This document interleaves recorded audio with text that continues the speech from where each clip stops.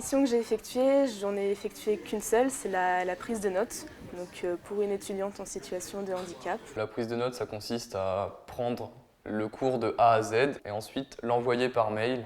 D'une part, je faisais de la prise de notes. D'autre part, j'aidais à la manipulation en TP.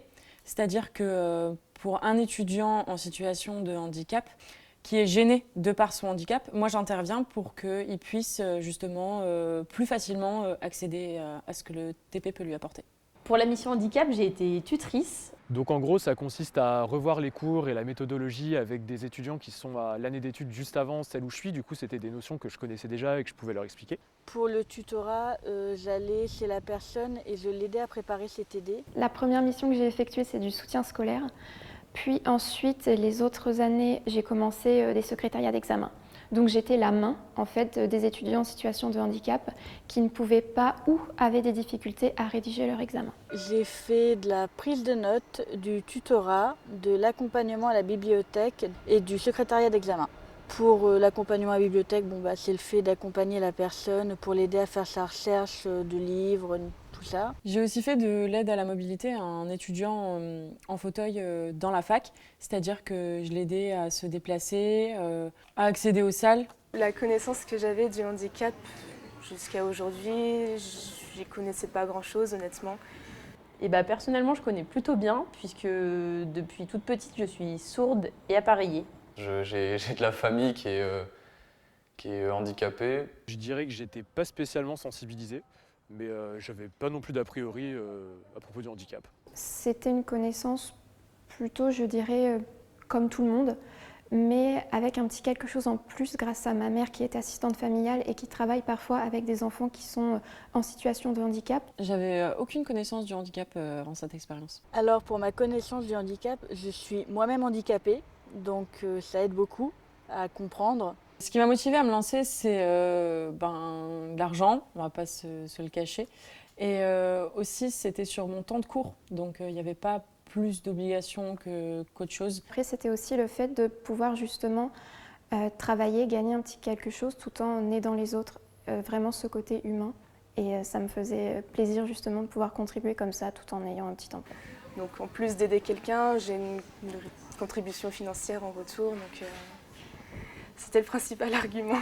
Alors ce qui m'a motivé à me lancer, c'est quand la personne pour qui je prenais des notes l'an dernier a fait un message devant le groupe de TD en disant qu'elle avait besoin d'une personne pour prendre ses notes parce qu'elle ne pouvait pas être tout le temps en cours. Et donc je me suis dit que j'aurais bien aimé que moi, si j'avais eu un handicap comme ça ou si j'étais en situation de handicap, quelqu'un se serait porté volontaire pour prendre mes cours toute l'année. Alors le contact avec l'étudiante, ça s'est très bien passé. Je lui ai envoyé un message sur Messenger, elle m'a expliqué son handicap, ce que ça l'empêchait de faire et sur quoi elle pouvait être handicapée. Pour moi, c'est une fille tout à fait normale, je veux dire très sympathique. Je pense même que c'est devenu une amie maintenant. Et Manon est devenue d'ailleurs une très très bonne amie. On se parle quasiment tous les jours. Donc, Le premier contact avec l'étudiant a été assez neutre en fait, parce que je me suis comportée avec lui comme avec n'importe quelle autre personne. je l'ai appelée, puis on s'était donné rendez-vous la première fois à la BU. Pour les autres fois, je l'avais plus souvent chez elle parce que c'était plus simple pour elle. Moi, j'ai beaucoup aimé le fait qu'on ait une grande liberté dans l'organisation de nos missions. On peut choisir nous-mêmes quand est-ce qu'on voit l'étudiant, où on le voit, on peut choisir aussi sa méthode. Pour la plupart des missions, c'est nous-mêmes qui choisissons quand on fait nos heures. Il suffit de les faire, donc on peut vraiment faire ça pendant des pauses, pause déjeuner, n'importe quand. Puis c'est toujours très sympa de pouvoir choisir quand on travaille. C'est le seul job étudiant où on peut faire ça. Donc, Par exemple, pour les secrétariats d'examen, on fait des vacations, donc on est libre. On nous propose une liste d'horaires de secrétariat et on est libre de choisir ceux qui nous intéressent. Finalement, j'ai quasiment pas de contraintes. La seule contrainte que j'ai, c'est celle que je m'impose puisque j'ai signé un contrat. En fait, je voyais même pas ça comme une mission, c'était dans la vie de tous les jours, quoi.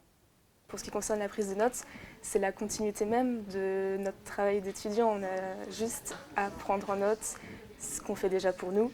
Notre travail, ça consiste à prendre les cours, donc à aller en cours, donc c'est clairement compatible avec les études. C'est même l'exemple type d'emploi qui est compatible avec les études. alors, la seule crainte que j'ai avant de me lancer, c'est que je ne connaissais pas du tout le handicap de la personne. Mais après, quand je l'ai rencontré, je lui ai directement demandé ce qu'elle avait et ça s'est très bien passé ensuite. C'est vrai qu'on pouvait se poser la question de face à quel type d'handicap on peut être confronté, mais au final, tout s'est très bien passé. On peut ne pas savoir où mettre les pieds et au final que ça soit très bien, ce qui a été mon cas. À titre personnel, je pense que travailler pour la mission handicap, ça m'a apporté déjà plus de rigueur dans mon propre travail. Ça permet de faire des cours quand même très propres, parce qu'on n'enverra jamais de torchon à la personne pour qui on prend les notes. Le tutorat, au niveau des études, ça m'a permis de revoir mes bases, de revoir mes cours. Ça m'a forcé aussi à être, je pense, plus à jour dans mes cours et ça, c'est pas négligeable. Après, au niveau professionnel, donc cette année, je suis plus sur Tours, mais j'ai tout de suite retrouvé un job auprès d'ailleurs d'un lycéen en situation de handicap aussi. Pour moi, m'engager au SSU, ça se rapproche d'un engagement dans une association, mais ça reste un engagement et à l'université, c'est important. Professionnellement parlant, sur un CV, c'est important aussi. Et au niveau professionnel, c'est très valorisant de mettre les missions que j'ai faites dans mon CV. Moi par exemple, à mon entretien de master, c'est quelque chose que j'ai mis en avant. Ça montre aux recruteurs qu'on a certaines qualités et c'est toujours bon à faire valoir dans un CV ou dans un entretien. Au niveau financier, c'était un petit avantage, un avantage qui est non négligeable quand on est étudiant. C'est toujours agréable de gagner de l'argent pendant ses études, ça aide beaucoup.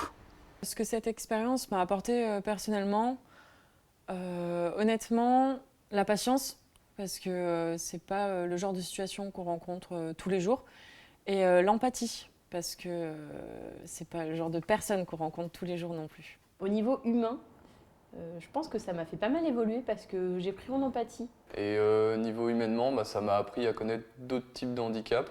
Ça m'a permis de comprendre qu'on vit pas tous le handicap de la même manière, donc d'une certaine manière, je pense que je suis plus mature maintenant. C'est super valorisant d'aider un étudiant qui a besoin d'aide. C'était vraiment agréable de se sentir utile. Justement, quand on terminait une séance de soutien scolaire, je me disais, bon voilà, aujourd'hui j'ai été utile à quelqu'un et c'est quelque chose de très positif. C'est vrai que c'est un gros don de soi, mais c'est très gratifiant quand on voit le résultat. Cette expérience déjà m'a apporté beaucoup au niveau personnel, parce que quand j'ai commencé, j'avais déjà des soucis de santé, mais on ne savait pas ce dont je souffrais. Et il s'est avéré que la Manon que j'ai suivie souffrait de la même maladie. Donc grâce à elle, on m'a diagnostiquée, alors que ça faisait 10 ans qu'on cherchait. Pour moi, si un étudiant ne se lance pas, soit c'est peut-être souvent un côté un peu égoïste, où le don de soi et le don de ses heures de travail, ça peut être assez compliqué à envisager, surtout je pense dans une filière assez concurrentielle, où c'est vrai, c'est un peu chacun pour soi et il ne devrait même pas y avoir cette mentalité-là. Au contraire, c'est pour donner un coup de pouce. Je pense que tout le monde ne se lance pas dans la mission handicap parce que faut être capable de passer une barrière. Parce que les premières fois où je me suis affichée, entre guillemets, en public avec cet étudiant handicapé, justement, tous les regards étaient tournés vers nous. Je pense que certains étudiants peinent à se lancer dans les missions parce que simplement ils ont peut-être des a priori par rapport aux handicaps qu'il faudrait casser justement. Ça vient en grande partie d'une méconnaissance des handicaps. Moi par exemple, il y a beaucoup de personnes qui pensaient que je jouais la comédie parce que mon handicap se voit pas en fait. Et c'est le cas pour beaucoup de handicaps finalement. Il y a toujours une peur du handicap aussi, alors qu'il ne faut pas justement avoir peur de poser des questions. Enfin, aucune personne handicapée va se fâcher parce qu'on lui pose des questions sur sa maladie. Au contraire, nous sommes des personnes comme tout le monde. Puisque oui, le handicap est une différence, mais on a tous des différences, donc... Je pense que ce qui peut expliquer que certains étudiants n'osent pas se lancer dans les missions, c'est toute la méconnaissance du handicap. Je pense que les gens pensent qu'il faut être un professionnel ou qu'il faut avoir une légitimité. En fait, pas du tout, ça relève de la solidarité et il ne faut pas penser qu'on fera mal avec l'étudiant. Il faut juste être naturel et franchement, il faut foncer, quoi. Mon conseil à un étudiant qui hésite à se lancer, ce serait tout simplement lance-toi, parce que c'est tout bénef pour la personne. Ne pas hésiter, que c'est une très belle expérience humaine. Ça apporte beaucoup. Moi, ça m'a beaucoup apporté au niveau professionnel. Tu gagnes un petit salaire, tu aides quelqu'un d'autre, ça te fait une ligne sur le CV, c'est juste tout bénéfique pour tout le monde, quoi. D'ailleurs, l'étudiante que j'ai aidée en L1, elle était majeure de sa promo dans certaines matières de bio. Donc ça prouve que c'est pas parce qu'on est handicapé qu'on peut pas s'en sortir, c'est juste que des fois, il faut nous aider un petit peu.